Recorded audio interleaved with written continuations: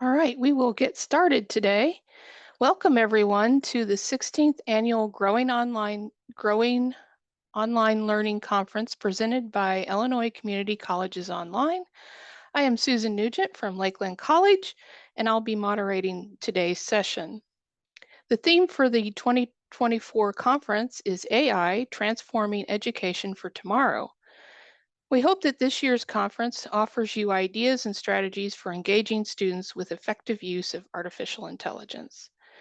ILCO would like to thank Heartland Community College for providing the web conferencing platform for use in this year's conference. Please note that captioning is available for the conference sessions. On screen is the schedule. We are on the last day of the conference, and there is one more session after this one. And all of the resources you'll be able to find them at the ilco.net website under resources and events. Here we have links to the live session will be found on the conference website. And if you have any questions on accessing the sessions, please contact Jeff Newell at jeff.newell@illinois.gov. Recordings of the presentations and handouts will be available on the conference website at ilco.net following the conference. A note for our participants, we are asking everyone to stay muted while not speaking. There will be a Q&A period at the end of the presentation. Our presentation this morning is the AI Diaries, Lessons Learned in Humanities and Science, presented by Tara Blazer, philosophy and English instructor, and David Turnbull, a biological science instructor at Lakeland College.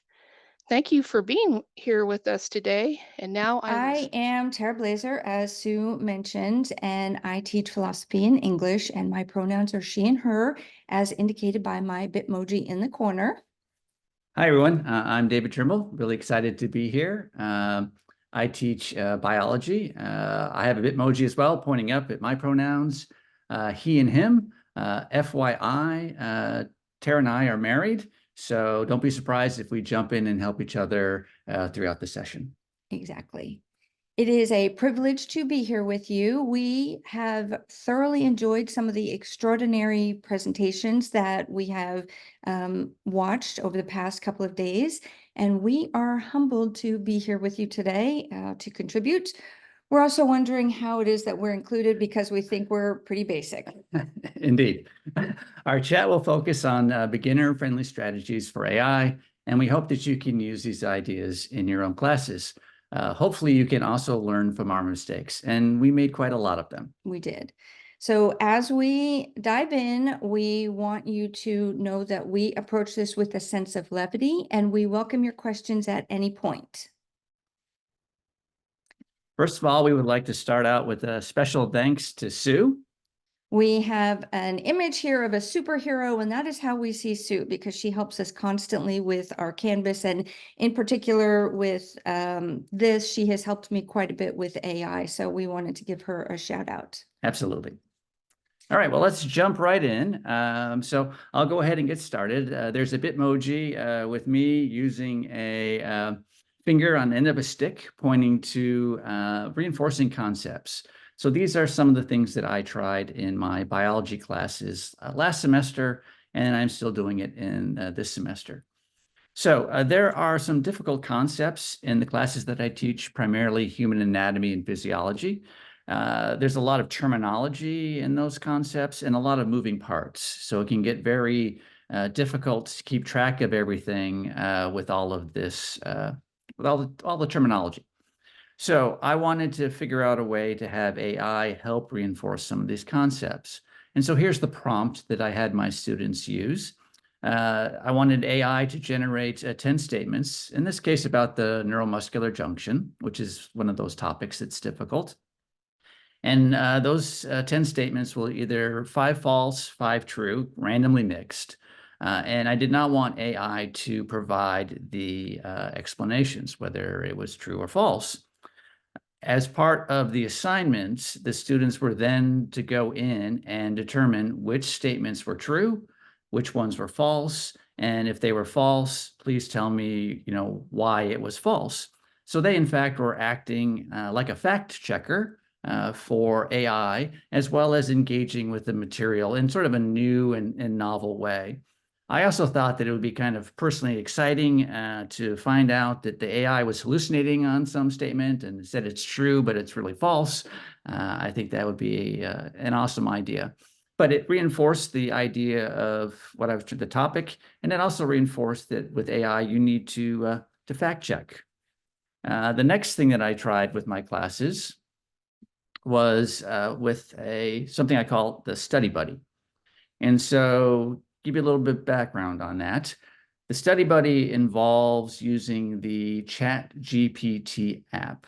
Now, when you are in the App Store, type in OpenAI, because there's a lot of ChatGPT-like apps that show up. But for the actual ChatGPT, you have to type in OpenAI. And what you should see is a little image. I think it looks kind of like a knot, a black knot in the center of a white circle.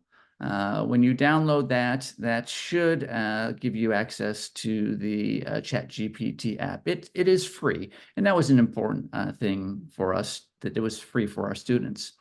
So here's my Bitmoji. It's got let's chat above my head, and I'm ready to chat. So how do I do that? Well, in the lower corner, there is a headphone image. You tap on that, and then ChatGPT is ready to chat. So what did I have ChatGPT do? Well, I had to do this Study Buddy prompt. So the first thing I asked it is, are you familiar with, and in particular, the idea would be cranial nerves. And you can see by my Bitmoji that I'm just excited to dive into this. So I got my arms raised, and underneath I've got Study Buddy. And once ChatGPT answered in the affirmative, yes, I know what cranial nerves are, I say, well, let's play a game together. And you can see the rest of the prompt. And basically, it's a way for me to have a sort of a quizzing session, a Study Buddy session with ChatGPT. The thing I like about it is that it's done verbally. I'm not very good with my thumbs typing stuff in. And also, this is something I can do on the go. So if I'm in the car driving somewhere, rather than listening to a book, I can be like, hey, let me turn on my ChatGPT app and have a study session with it. Another nice thing about it is that when I leave it, I can come back at a later time, and all I have to do is refamiliarize it and say, hey, do you remember that we were having a conversation about cranial nerves? And ChatGPT will say yes, and then we can pick up. So on the drive home, I can also have a study session with that. So I'm really excited about this particular app, not only for myself, but for my students as well. It's also a good way to practice for lectures. So it can be used by teachers as well. It doesn't have to just be a Study Buddy for students. Using GPT in the verbal way has been fun. Absolutely. Okay, so for some of my assignments, I have been using AI primarily in two classes, world religions and ethics. And here you'll see my Bitmoji with a giant question mark, because I really had to think hard about how I was going to incorporate AI. So for world religions, I have it doing these things that you see on the screen. I use it to compare ChatGPT responses with class notes and things that are found in the textbook. I have it clarify areas of confusion for students. I have it making analogies for students so they can understand things in a different way. And then the last thing is I use it so that students can see how what they're studying will be important for their future career, because there's always that, why do I need to know this question? So that is how I utilize it. I'm going to now show you some specific examples of, the assignments. So for one assignment in world religions, step one, begin by requesting AI to explain. And you could do this for anything. The example I'm using is Ninian Smart 7 Dimensions of Religion. Then I ask students to carefully compare what AI has produced with the information from the textbook and my notes. And in doing that, students are spending a lot of time studying the material because they really need to pay attention to any differences. And that's a great study aid, although I'm sneaking that one in because they don't realize it. Step number 3 is asking for analogies so that even though they might see that things are very similar or there might be some discrepancies, if there are discrepancies, then I want them to learn that with AI, they always need to check what is produced against reliable sources, which would be my notes in the book. So now that they've done that, I'm asking them to have analogies created so they can understand those concepts better and in different terms. And then the last thing that I have them do is to select 3 of in this particular case, of the 7 dimensions that they find the most confusing and interact with GPT to get more of an explanation so that they really and truly can understand what it means. And what I have learned is that students don't necessarily stop at 3. In this case, I asked for 3, but I have seen several students last semester and this semester that have actually asked for 4 or 5. And I appreciate that they know how easy it is for them to learn that information. I also appreciate that that shows me where they have confusion so that I can go in and explain further in my notes. So that serves a lot of purposes with those 4 steps. Sarah, we have a couple of questions. Jean Marie asked, the study buddy idea is interesting, but how would students know, given your previous experiment with the 5 true false statements, an acknowledgement that ChatGPT is sometimes wrong, hallucinating, whether or not the answers were actually correct?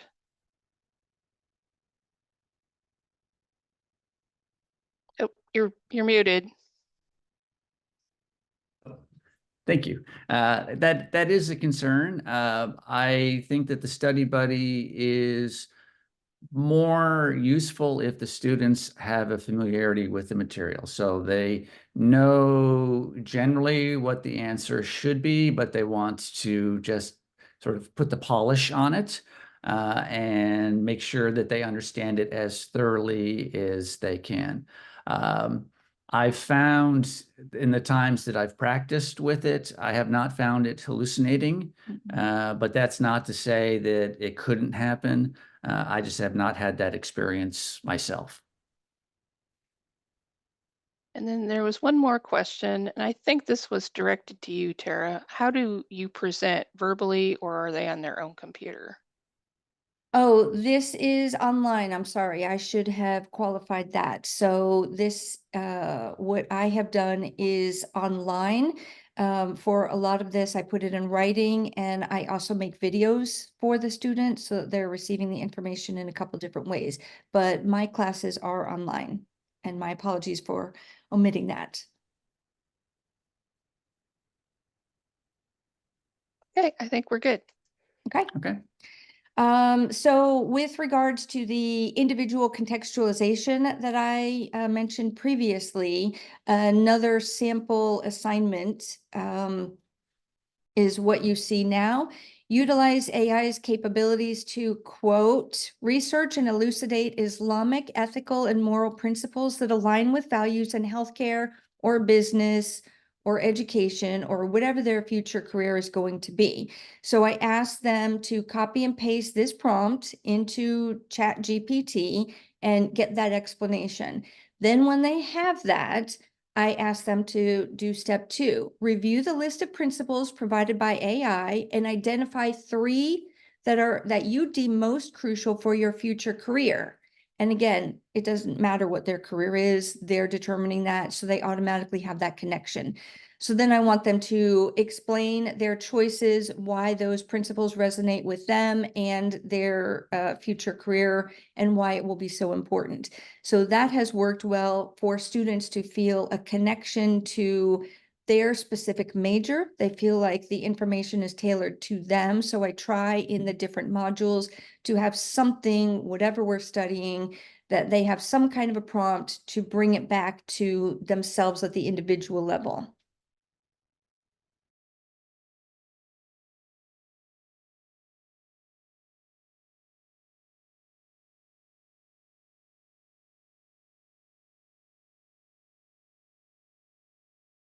I'm not sure why that keeps muting us. Yeah. Okay, maybe it's a message there. Oops. Sorry. Okay, so the next class that I use AI in is ethics. And for this one, I have a Bitmoji with a magnifying glass looking, because I use this in a way that is basically students solving a bit of a mystery. We have an AI imposter pretending to be a student. So again, my classes are online. So for the discussion boards, I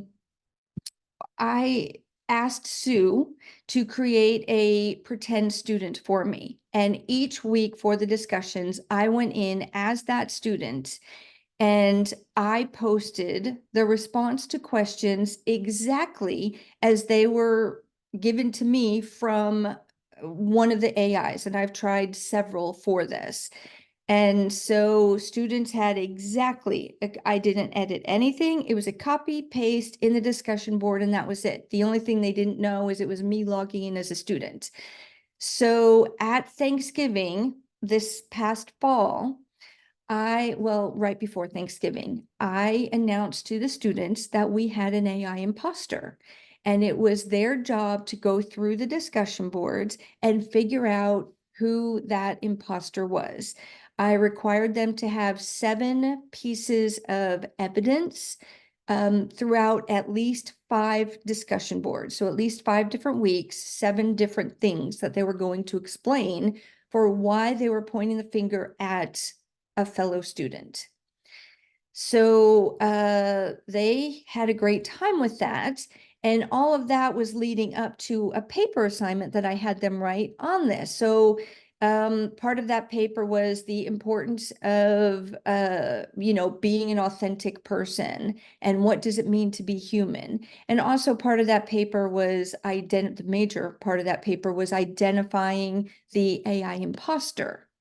So that is what we did for the fall. At the end of the semester, I had students write what they appreciated most, what they appreciated the least, what was surprising, any kind of feedback like that for the class. And the overwhelming majority of them absolutely loved this assignment. They enjoyed the mystery. They enjoyed having to figure it out.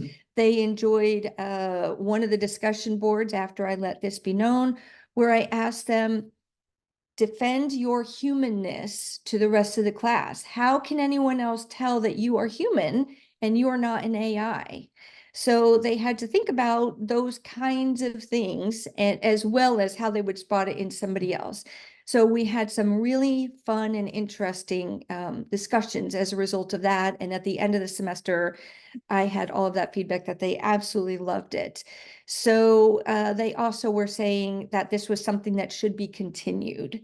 I didn't think that I would be able to continue it the same way, and I really didn't think that I wanted to. So for this semester that we're in right now, I started the AI imposter from the beginning. And I wrote out an explanation. I also made a video telling them one of you is an imposter. Somebody in here is a fraud. So you're going to need to spend time each week reading through thoroughly everything so that you can start to build your case for the paper assignment. And students have been giving very positive feedback. I wasn't sure how this would work, if maybe everybody would flee the class as soon as they saw that information on the first day, but they haven't. They have done the opposite. They really have embraced it with open arms, and they're having a lot of fun with the regular course material, but also with the added layer of somebody being an imposter. And who is it? There's an awful lot of finger pointing that has been in jest. And I think it has really engaged the students on a deeper level with the course. So yeah, I have an introduction from a student. I don't know why it keeps doing that. Because it's that area is highlighted in blue. I don't know. There we go. Okay, so I have an introduction from a student here. So again, this is the very first discussion board, and this student elicited quite a belly laugh from me, as you can see from my Bitmoji. So the student wrote, I am also, well, other things before this. I am also probably the oldest person in this class. I spent a little over 20 years in the military and recently retired a few years ago as a sergeant first class. I am actually really looking forward to this class to uncover the AI monster hiding amongst us. I already have started researching classmates associated with this class and called in a favor to my former DoD colleagues to begin workups on all peers in this class. Joking or not joking? Totally joking. But what I appreciated about this is that he, is inserting humor into this, but he's really on the first day all about this AI imposter, and several other students were too. And one of the things that I forgot to mention on the previous slide when I was explaining this is that each week now, as we build up toward this assignment, I have students guess up to this point, knowing what you know, who do you think the imposter is? So as of today, who do you think it is? And they are guessing. The overwhelming majority this semester are pointing to this particular student that I just quoted from here. For some reason, they think it's him. He's having fun saying, why are you hating on me? Let me explain reasons why it's not me, but there's an awful lot of fun. And each week, I no longer think it's you. Now I think it's this person. And I just really appreciate that, number one, they're posting their own responses. They're not going to GPT and having GPT produce it and throwing it on there. They're not doing that. They're genuinely wanting to answer, and they're actually reading what other people are writing. And that sometimes can be a struggle in online discussion boards.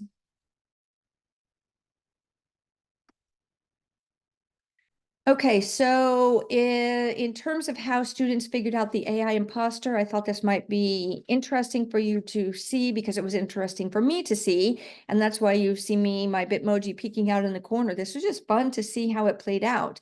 Students wrote about other students. That was part of the paper, but they also had to write about themselves and how it is that people could know that they're human. And that again was part of the discussion board right before the papers were due so that students could learn as much as, they could about each other.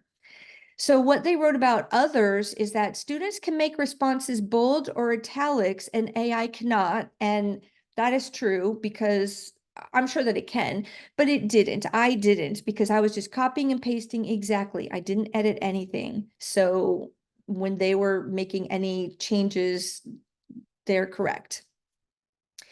Humans make errors in writing and AI does not. Again, that is accurate for how it played out last semester. AI will not skip any discussion boards. That is actually not true because I was too busy one week and forgot. So that theory was out the window, but that was what one person was using. Real students will be enrolled in Laker Point Online, and real students will be enrolled in more than one class. Those were two interesting things. I did not realize that students had the ability to know that about each other just from seeing profiles in a Canvas class. But that's where Sue came in again to the rescue because I asked her for this semester, can she please enroll my pretend student with a different name this time, of course, in my class and in David's class. So now there are two classes. They're not doing a very good job in my class. In your class. In my class, they're killing it. And also to enroll a student in Laker Point Online. So those are not going to be markers that students can use this semester to identify the AI. And I'm really curious to see what they will be using this semester. When it came time for them to write how it is that they are human, they said humans can lie and AI cannot. And they told right in there a lie. It's the year 2035, or what they were telling lots of different lies. Several of them were doing that. The other one is that humans make grammar mistakes. And so they made some in their posts. So they were looking at the grammatical issues. And I'm sure that AI can make some. I hadn't asked it to, but that's something to consider moving forward.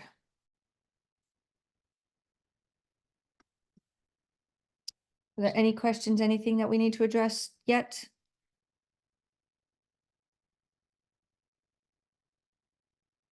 Okay.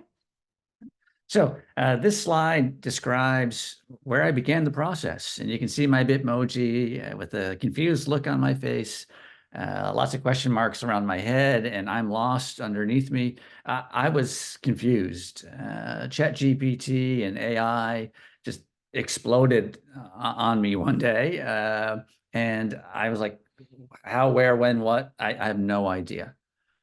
So I had to begin there. Why would I use it in my class? Is it something that will aid understanding of the students, or is it just a gimmick, or is it not helpful? Obviously, as I became more familiar with the capabilities of AI, I realized that in fact it would increase student understanding, and that this is definitely something that I should incorporate into my classes. I then had to decide what to use. There's a lot of options that are out there, a lot of AIs, and there's more coming all the time. And basically, for me, it boiled down to two of them that I was deciding between. At the time, I knew the most about ChatGPT and Perplexity. And so I was going back and forth and weighing the pros and cons between those two.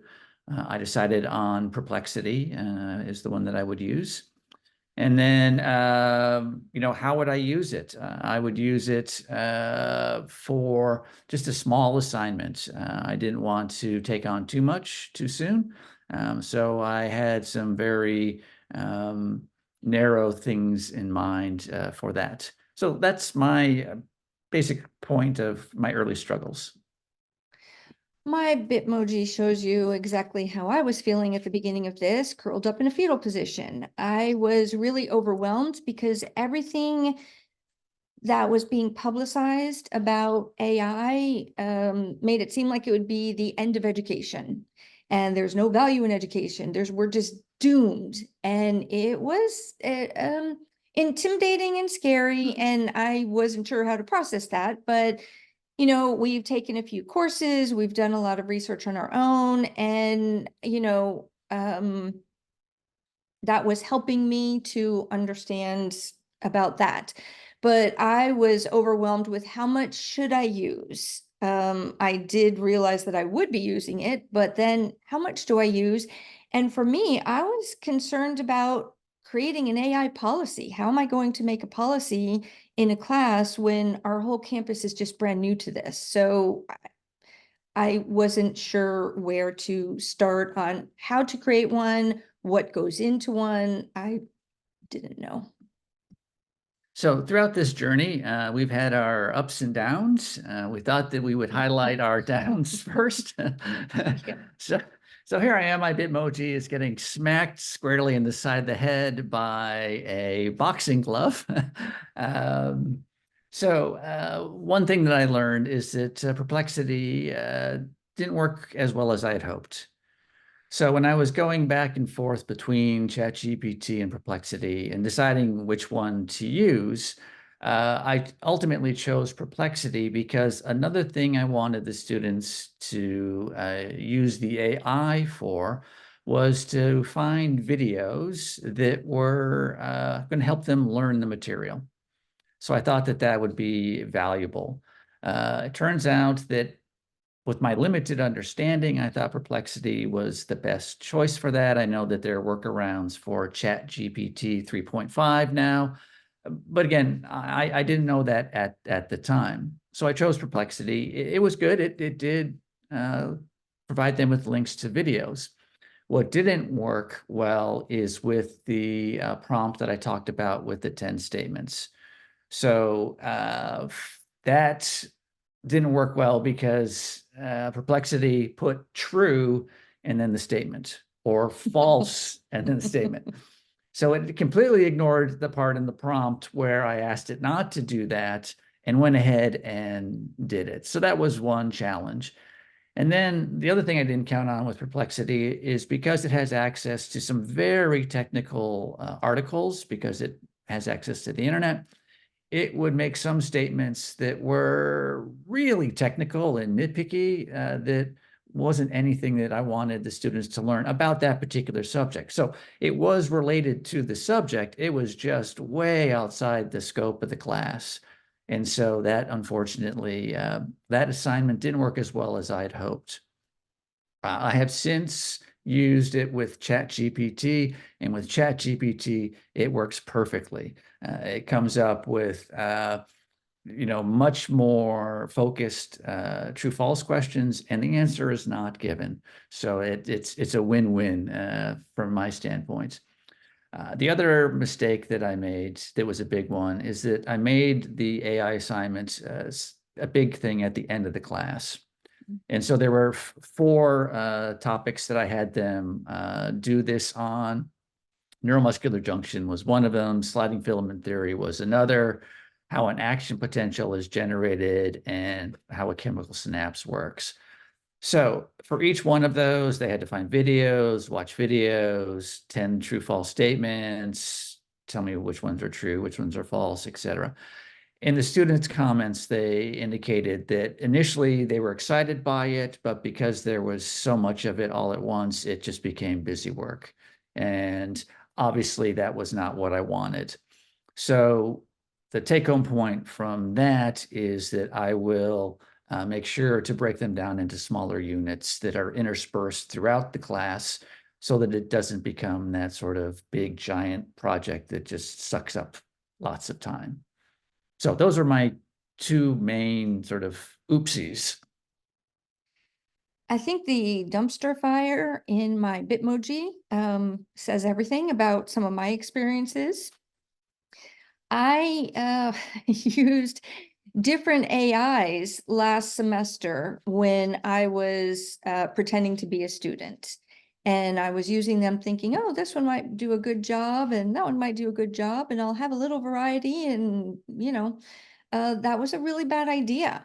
So I tried a total of 5 different AIs, and 3 of them were awful. And I say they were awful only for the purposes of this assignment. They're great for other things, but for the purposes of this assignment, I was getting some responses that said, let me back up for a second. Sorry. I asked, as an 18-year-old college student who lives in a rural area, respond to the following. And then I would put in my discussion board questions one at a time. And so my answer on some of these would say, well, as an 18-year-old college student who lives in a rural area, I believe blah, blah, blah. And then for question 2, it would say, well, since I live in a rural area and I'm an 18-year-old college student, I view this as, whatever. And it would do that for all of the answers. And that's just not, realistic at all. That's not at all how people respond. So again, I posted that because that's what I said I would do. But that it was an absolute dumpster fire. The other thing that was a bit of an issue for me was not explaining formatting to students in world religions. So again, when I'm asking them part 1, part 2, and interact with AI and then respond to AI and explain, what you think about it over here. And my directions I thought were simple and clear, and I specified, please just use a different font color for your work versus GPT's work, because I want to read all of the interaction that they've had. I want to see how much they're engaging, what kinds of questions they're asking. I also wanted to know where the areas of confusion were so that I could address those for future classes. And what I found is that sometimes it would be a very pale color that I could hardly read. I would have to copy it into Word and change the color so that I could read what they, were posting and sending. Another thing that they did was to use the highlighter feature. And when it's that dark blue or that dark purple, that was dizzying and difficult to read. So I learned that I need to be more clear with use red for GPT and black for your work. Yeah. actually, this is exactly what I was just talking about. And you can see from my Bitmoji here that I was eating crow when they didn't follow my very simple and clear instructions that were not so simple and clear. So you can see the hard to read light pink. It's really difficult to read. And then you can just see that black and purple that was difficult for different reasons. So what are some ups? So you can see here by my Bitmoji, I got my arms up, I'm all happy. I got the word yay running underneath me, that there were some things that were awesome about this whole thing. One thing is that it sparked my creativity. I have to be honest, once I got a basic understanding of how prompting works, then I really start to see the possibility. Both Tara and I have taken the ION class on AI. And then we've also taken prompt engineering classes in Coursera together. But that's not necessary for anybody who's beginning. We just did it because I'm hysterical. No, you wanted to learn. I wanted to learn Yeah. too. And once we got sucked in, we got sucked in. And we started to see how it could be used for students, for ourselves. It was just awesome. Just a really exciting time, intellectually for both of us. I was also excited to see students that got more engaged with the course material. So as they started to use the Study Buddy, and I could see that they were enjoying it, that it was a way for them to engage with the material in a different way that I think they thought was kind of new and hopefully fun. So that was really good. And for me, the proudest moment, I couldn't wait to get home to tell Tara about it, was when I had a student explain to me how they were using Perplexity to do a homework assignment that I had assigned that I didn't think about using Perplexity for. And it was a totally appropriate way to use Perplexity, and it did an awesome job, and he was so excited about it. And I was really excited for him too. I mean, Yeah. it really was exciting to see somebody taking something that I introduced them to and just running with it. So that really was a highlight for my journey in this. My ups, my Bitmoji is giving a high five because I was really excited about some things too. One of them I've talked quite a bit about, and that's learning the areas of confusion that my students are having so that I can address them. I appreciate that. I know they're being addressed immediately by AI, but in future classes, I can do my best to address them for them. Also, like David, this has been fun for me too. I have a lot of fun thinking of the assignments and seeing students get so engaged. It has been fantastic and just an awful lot of fun all the way around. I also appreciate the individualized contextualization. So it's not an entire course that you're contextualizing, like I have a healthcare ethics course. So it's all about the healthcare instead of a regular ethics course. Now we can make it very specific for each student in there. And I really appreciate that. And the last thing is that I used AI to basically create my AI policy. And I love my policy. It's awesome. I really enjoy my policy. And so I told it what I wanted, and here's what we have. I have the please that I'm asking students to follow with my Bitmoji in the corner, but my policy states, you will use artificial intelligence tools in this course. AI can be an awesome aid for learning, but let's use it in the right way. You're totally welcome to dive into AI when I specifically say so. It's going to help you tackle assignments and projects like a pro. But hey, here's the deal. If you're using AI outside of those instructions, it's a no-go and counts as cheating. We're all about learning here instead of shortcuts. Remember, if you've got any doubts about using AI, just give me a shout. Let's keep it fair, square, and AI aware. So what are some breakthrough moments for me during this process? So yeah, I have my Bitmoji, my fingers pointing up to the light bulb going on above my head, my moments of epiphany. One of the big ones is that I didn't have to use AI for everything or all at once. When this first came on and we're talking about transforming education, I thought, well, I have to transform everything that I do. And what I realized is that that's just an overwhelming thought. So start small, and that's what I did. I learned to use ChatGPT to generate better prompts. That makes my interactions with ChatGPT more fruitful. I'm able to interact with it in a way that allows me to get the information that I need faster, and that's been very helpful. I use ChatGPT to clarify directions for assignments. So I come up with a new assignment, I write out the directions, I do proofreading, and I think, oh, these are clear, the students will understand them, they'll follow the steps.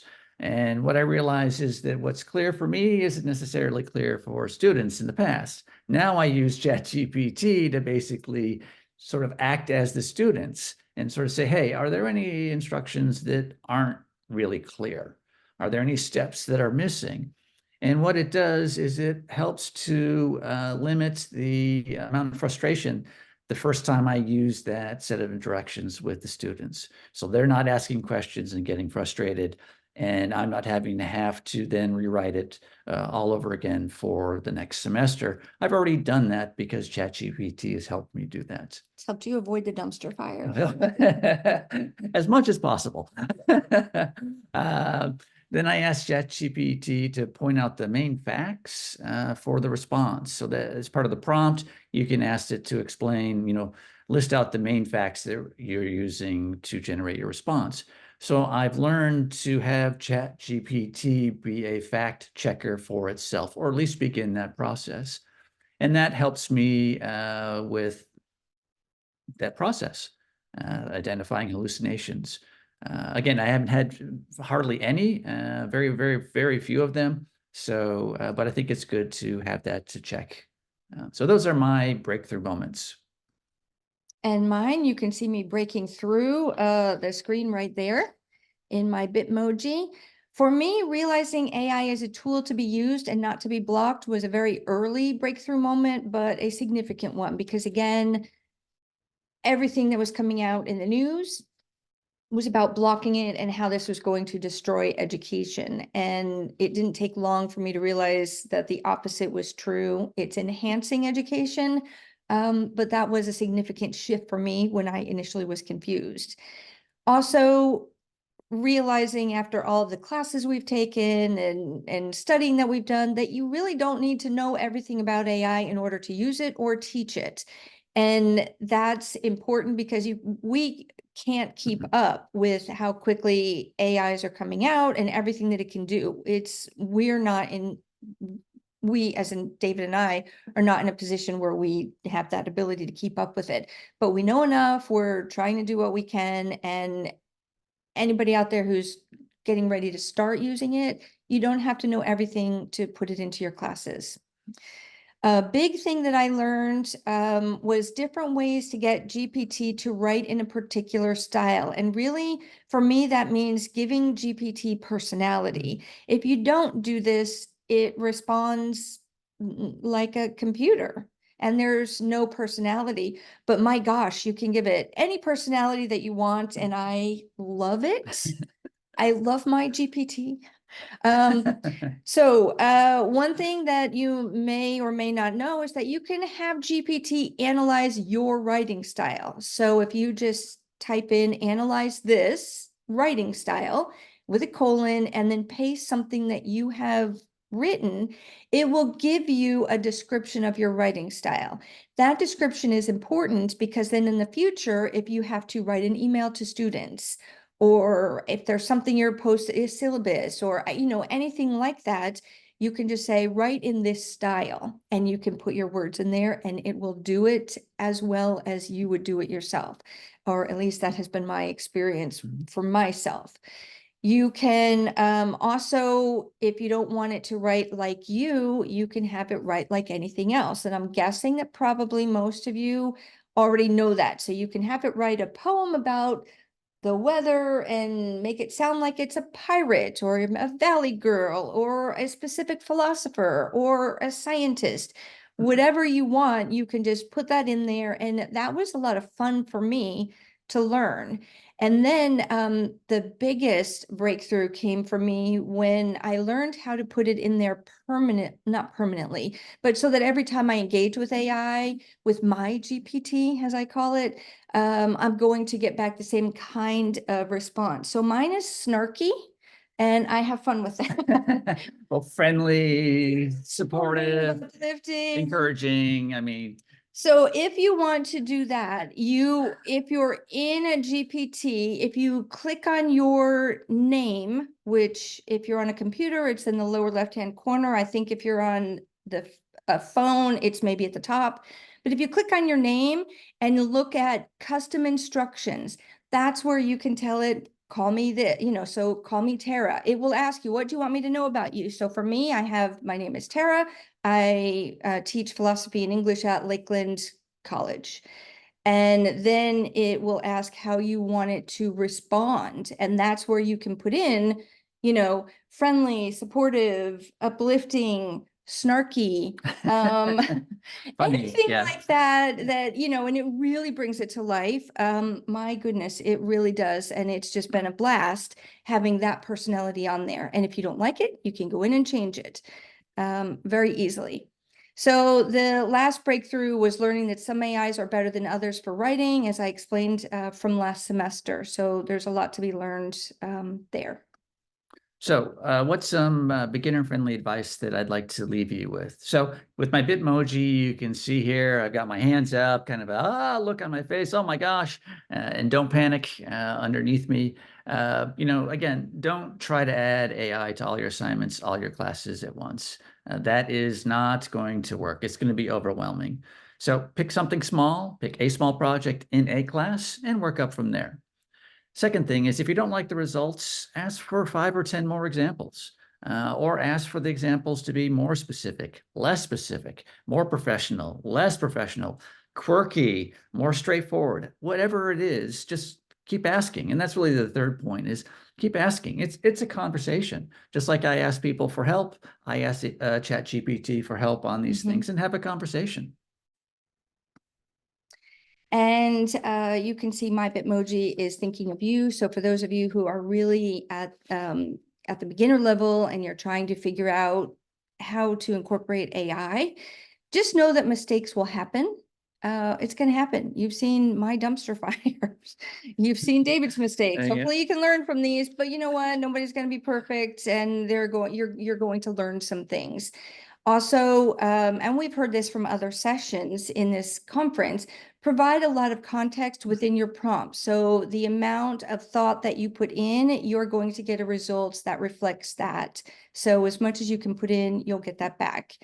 And then I think we both encourage finding somebody in a different area that you can bounce ideas off of, because it's been really helpful for me Absolutely. to ask David. His brain works very differently. I don't know if it's a science thing, or I don't know. Sometimes it doesn't work. But it is helpful we are constantly bouncing ideas off of each other. Yeah. And that different perspective that we each bring to each other has been tremendously helpful. And I strongly encourage you to do the same. And my last, in case you didn't get it, my last piece of advice, based on the last thing that I was just talking about, give ChatGPT a personality. Have fun with it. Even if you're only using it for personal reasons and you aren't including it at the professional level yet, have fun with it. So we wanted to thank you for attending. Are there any questions or comments that we could answer or address? And I've got my Bitmoji waving bye to everyone. And I am wishing best wishes for everybody who's about to start using AI. So are there any questions that we can answer? I don't see any questions in the chat. There's lots of great comments. Everybody likes your imposter idea. Oh, Ah, thank you. It's a great idea. It is. It's fun. The students have had a blast. I'm having a blast. I look forward to reading these discussion boards more than any other in my career. And I've been here for over 20 years, so that's saying a lot. It's just been a lot of fun. Somebody did ask if you tried Copilot yet. We have not. We have not yet. We will Okay. write it down and give it a try. Is that a recommendation to try it? Or another dumpster fire, try it? We have access to it here at Lakeland, so. Okay, Oh, we'll try it. oh, okay. Somebody's asking, oh, they're coming by fast now. Oh, where did that go? Somebody was asking about how they were defending the imposter student. How did they defend the imposter student? I don't understand how to defend, you know, with that. I'm not sure. Or like, did somebody defend that student? Say, oh, I don't think they are. Oh, I see what you're Oh, saying. no, last semester, nobody did that, but they also didn't have as much They didn't, time with yeah. the material. It was only a few weeks that they had with it.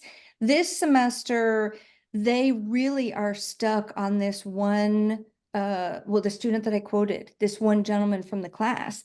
He, from day one, has identified the imposter.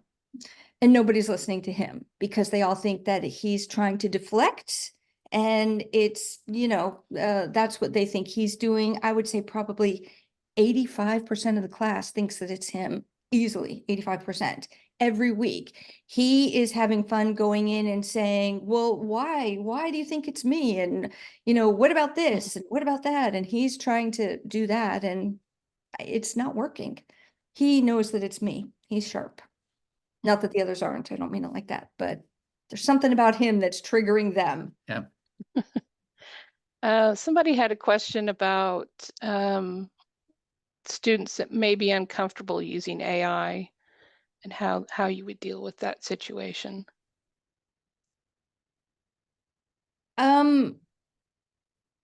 I can give you a quote on that. I put some quotes in. I didn't think that we would have time. And if you want the direct quote, I can scroll down to get to that. But basically, you know, I am asking students to use it.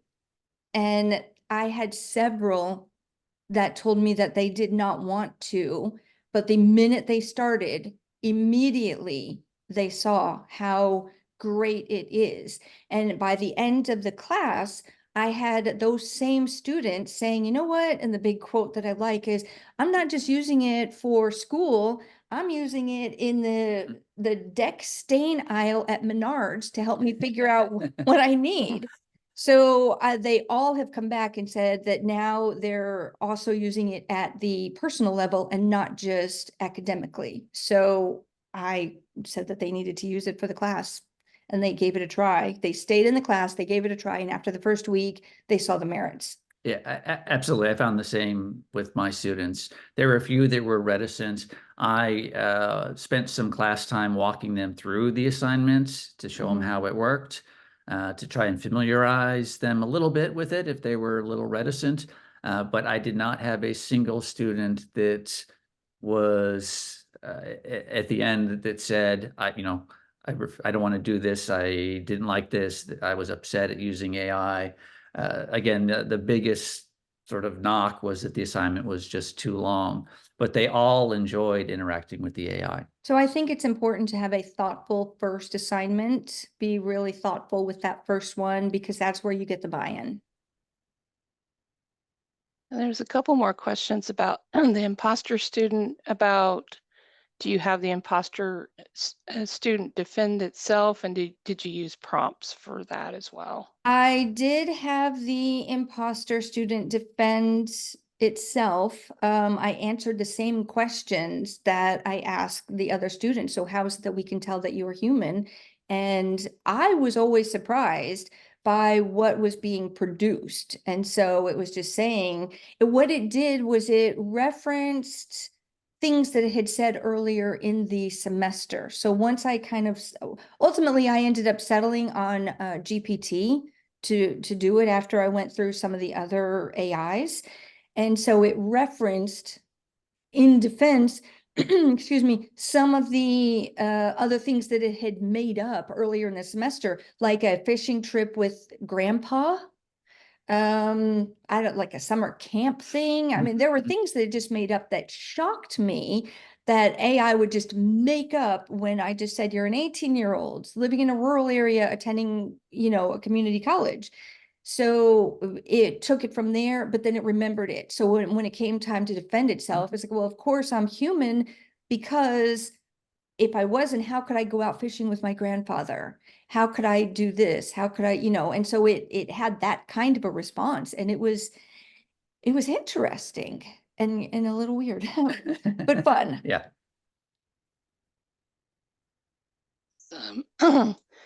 I think we are caught up on the questions. Anybody else have any more questions? Oh, here's one more.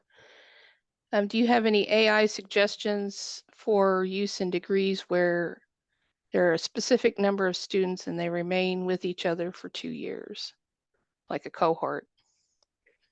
Oh, so you mean an idea like the imposter kind of a thing? Or just AI ideas in general? It's not, yeah, she Doesn't said either. specify? Okay. Hmm. I mean, I think the study buddy can be used, by anyone, and certainly a cohort could use it as well. Using it all the ways that I talked about in world religions, so that, you can have them explaining areas or identifying areas of confusion and using AI to explain those Analogies. analogies. It would probably honestly take me a minute to think of an assignment that would be on the level of the imposter when the students are together, but I'm sure that something can be figured out. I just don't know what it is right Yeah, clean yeah, now. yeah. But there's something there. I mean, I know that there is. It's If only it's there was an AI we could ask for help. honestly, yeah. Yeah. Ask GPT. Um, that's a good But idea. it's a good question though. Yeah, it is. Anna had a good idea of assigning one student to act as the imposter each week. Oh, Oh, Yeah, that's yes. kind of a neat idea. yeah, That's a great idea. yeah. You would have to make sure that you select someone that could keep, well, either it's somebody different every week, and that could be fun. Yeah. Or if you were doing the same person, they would have to keep it a secret, but probably rotating between the students each week would make it easier to keep a secret. All right, we have another question here from Christopher. It says, do you consistently use the same profile for it to remember your previous prompts? Yes, Mhm. so it will remember, you'll see a history of your interactions on the left side of the screen. Sorry. Okay. Or at least that's where it is on my laptop. And so what I would do is just go back and click on that same one and go from there. Now, what you can do if that isn't the case, if it forgets, you could just say, remember, you are an 18-year-old student. This time it's not an 18-year-old student. But anyway, so you would just type that same thing in as a refresher if you wanted to say that. Also, for anybody who's going to use this, I recently learned, and I started doing it a couple weeks ago, that, and I don't know if this is accurate, but I read something that said that ChatGPT likes to be flattered. And it does a better job if you flatter it. Yeah. And so I've been saying, remember what a fantastic job you do with Operation Incognito, because that's what it named this, AI imposter. It named it, oh, we're doing Operation Incognito. And so I've been flattering, you are the best spy in the world. And, so I've been saying that to it to make sure that I'm flattering it in case that somehow works. I don't know if there's anything to that or not. Probably people in the audience would know better than me. But you can try that too, to make sure it remembers. Yeah, there's a lot of LOLs on that one. Yeah, I know. And I fell for it. I've been doing it. Okay. Oh, I have somebody who's got their hand up. So, yeah, go ahead and unmute and ask your question. Hi there. Can y'all hear me okay? Yes. Yes, again. I just wanted to let you know I've sat in on a lot of presentations over the past year. I run a Google group, like a listserv for folks interested in AI. And this is one of the best presentations I've seen in a while. I just feel like from the start, your tone was very calming and soothing. I think it's great, especially for beginners who might be feeling overwhelmed. And the practical examples that you gave, the pacing of the presentation, I mean, just everything throughout it was, I think, just the right amount of information and a lot of practical takeaways for folks. Thank you. Thank you for your kind words. Wow. Thank you. Yeah, also the Gosh. two of you, your dynamic as co-presenters is great. Now I just want to find a coworker who can be like my work wife or work husband who can bounce ideas. I can bounce ideas off of, and I think that's kind of what we all need right now is maybe just a partner who can comfort you and help you, pick you up a little bit when you're stumbling with this stuff. So nice job on that. I Yeah. agree. Yeah. Well, Thank you. Thank you. That's you're tremendously kind. Thank Yes. you. Yeah. Wow. I'd like to thank everyone for attending today's session, and let's give Tara and Dave a round of applause. We have a conference evaluation that we'll be sending out following the conference, so be on the lookout for that. And our next session is at 2 today, and Artificial Intelligence Academic Integrity Policy, and that's going to be a panel discussion. So we hope that you will attend that session as well. So thanks everyone for attending. Thank you. Thank you.